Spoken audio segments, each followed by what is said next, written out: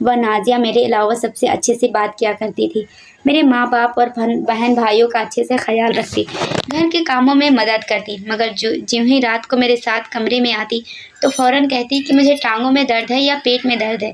اس کے اندر سے صاف ظاہر تھا کہ وہ جان بوجھ کر ایسے مجھے دور رہنے کے لیے کہہ رہی ہے۔ بند کمرے میں ہم دونوں ایک دوسرے کے لیے بالکل انجان تھے۔ ایک روز میں کسی کام سے جلدی جاب پر چلا گیا۔ گھر آتے ہوئے بھی مجھے رات کے 10 بج چکے تھے۔ جب میں واپس گھر پہنچا تو کمرہ خالی تھا۔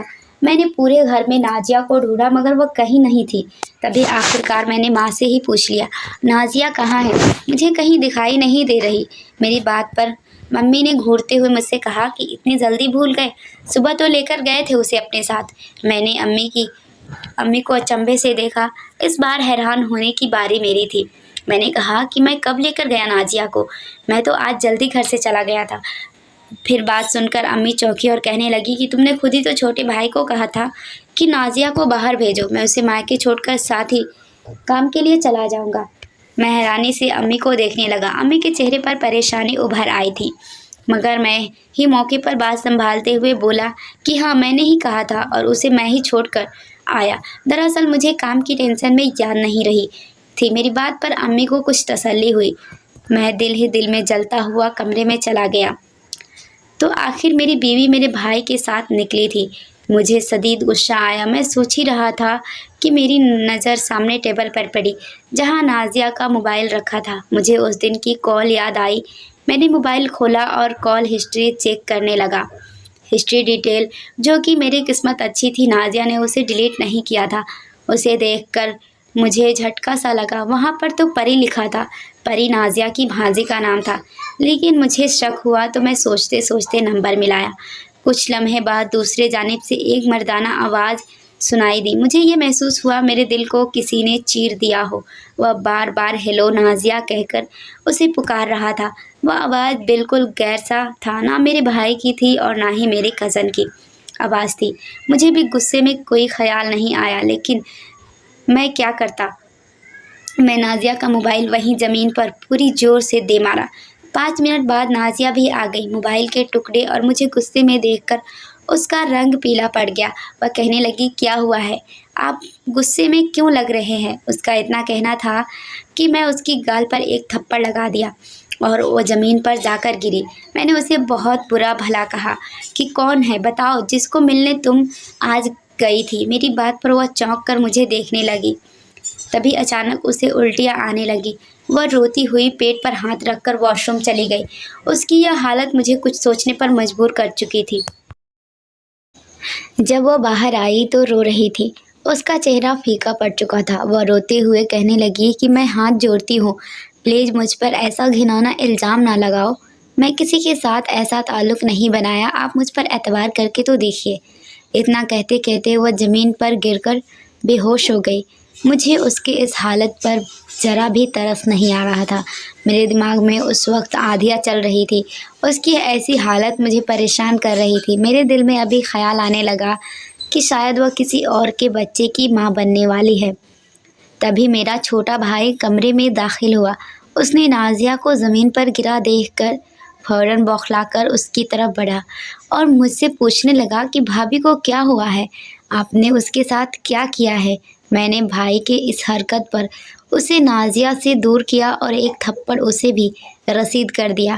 میں اسے غصے میں کہنے لگا کہ تمہاری ہمت بھی کیسے ہوئی میری بیوی کو ہاتھ لگانے کی؟ میں کبھی اتنی اونچی آواز میں نہیں بولا تھا۔ میری آواز سن کر میری ماں دوڑی دوڑی ادھر آئی تھی۔ نازیہ کو بے ہوش دیکھ کر وہ مجھ سے سوال کرنے لگی، مگر میں ان سے کیا کہتا؟ کچھ دیر بعد ہم نازیہ کو اسپتال لے کر گئے۔ ڈاکٹر نے اس کا چیک اپ شروع کیا۔ میری امی کافی پریشان لگ رہی تھی۔ رات کے 11 بج رہے تھے۔ تبھی نازیہ کی بڑی بہن اپنے پتی کے ساتھ اندر وہاں آئی۔ انہیں وہاں دیکھ کر میں ہکا بکا رہ گیا، مگر انہیں کس نے بتایا تھا کہ ہم یہاں ہیں؟ نازیہ کے بہنوئی کو دیکھ کر میرے رگوں میں ایک بار پھر خون کی جگہ غصہ دوڑنے لگا تھا، مگر میں بہت برداشت کے ساتھ بتانے لگا کہ وہ بے ہوش ہو گئی ہے۔ تبھی اس کا بہنوئی بولا کہ کچھ دیر پہلے کال آئی تھی نازیہ کی، مگر وہ کچھ بری نہیں، اسی لیے ہم اس کی خیریت معلوم کرنے گھر آ گئے، مگر وہاں سے پتہ چلا کہ آپ لوگ اسے ہسپتال لائے ہیں۔ کچھ دیر بعد نازیہ کو ہوش آ گیا۔ وہ سب کو ہی بتانے لگی کہ چکر آنے کی وجہ سے وہ گر گئی تھی۔ مجھے اس پر شک ہوا تھا۔ میں نے ڈاکٹر سے پہلے اکیلے میں جا کر پوچھا کہ نازیہ کو کیا مسئلہ ہے، جس پر وہ بات کو گول گول کر کے کہنے لگی کہ بلڈ پریشر لو ہونے کی وجہ سے وہ بے ہوش ہو گئی۔ آپ ان کو ان کے کھانے پینے کے اچھے سے خیال رکھیں، وہ بہتر ہو جائیں گے۔ میں نے سارے راستے نازیہ سے کوئی بات نہ کی۔ وہ بھی کافی پریشان لگ رہی تھی۔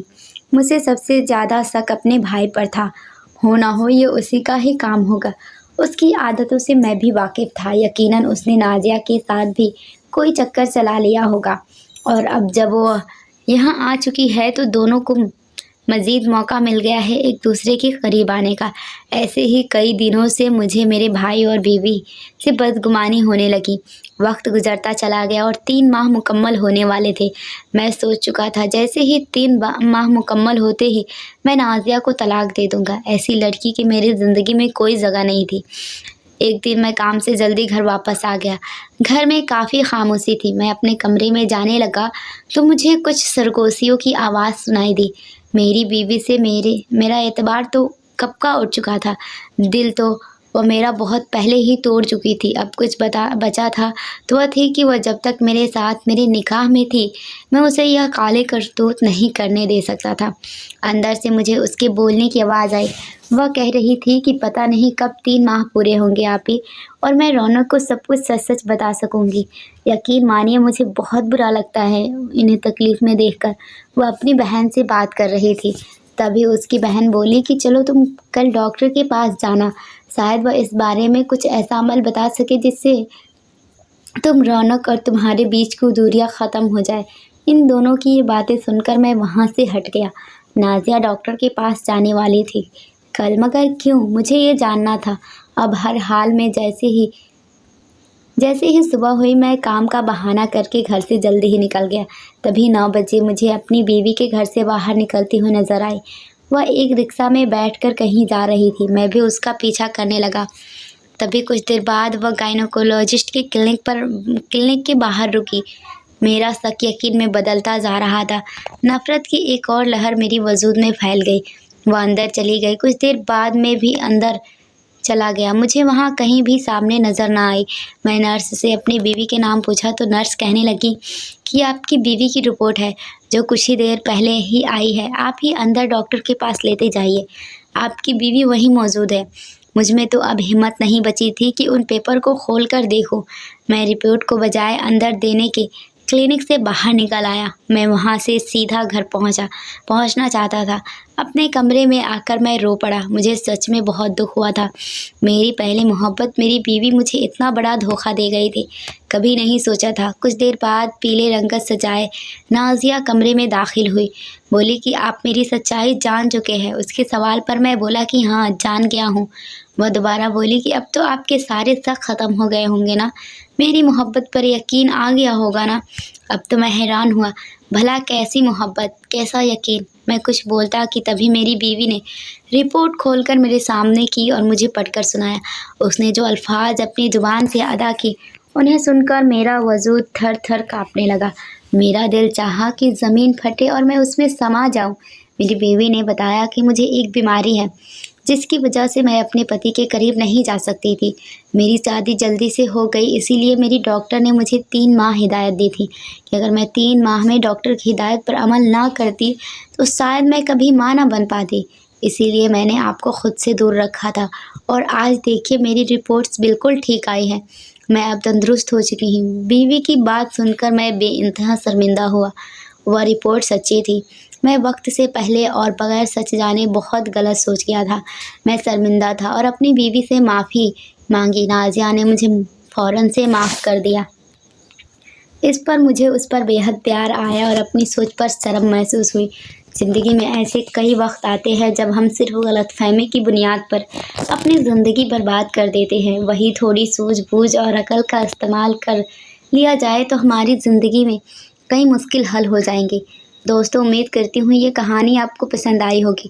پسند آئی ہے تو ویڈیو کو لائک کریں، نئے ہیں تو چینل کو سبسکرائب کر کے بیل آئیکن کو پریس کر دیں تاکہ ویڈیو کی پہلی اپڈیٹ سب سے پہلے آپ کو ملے، اور اپنے دوستوں میں ایک شیئر ضرور کریں تاکہ وہ بھی اس کہانی کا آنند اٹھا سکے۔ اور ہمیں سپورٹ کرے، کیونکہ ہمیں آپ کی سپورٹ کی بہت زیادہ ضرورت ہے۔ پورا ویڈیو دیکھنے کے لیے دھنیہ واد۔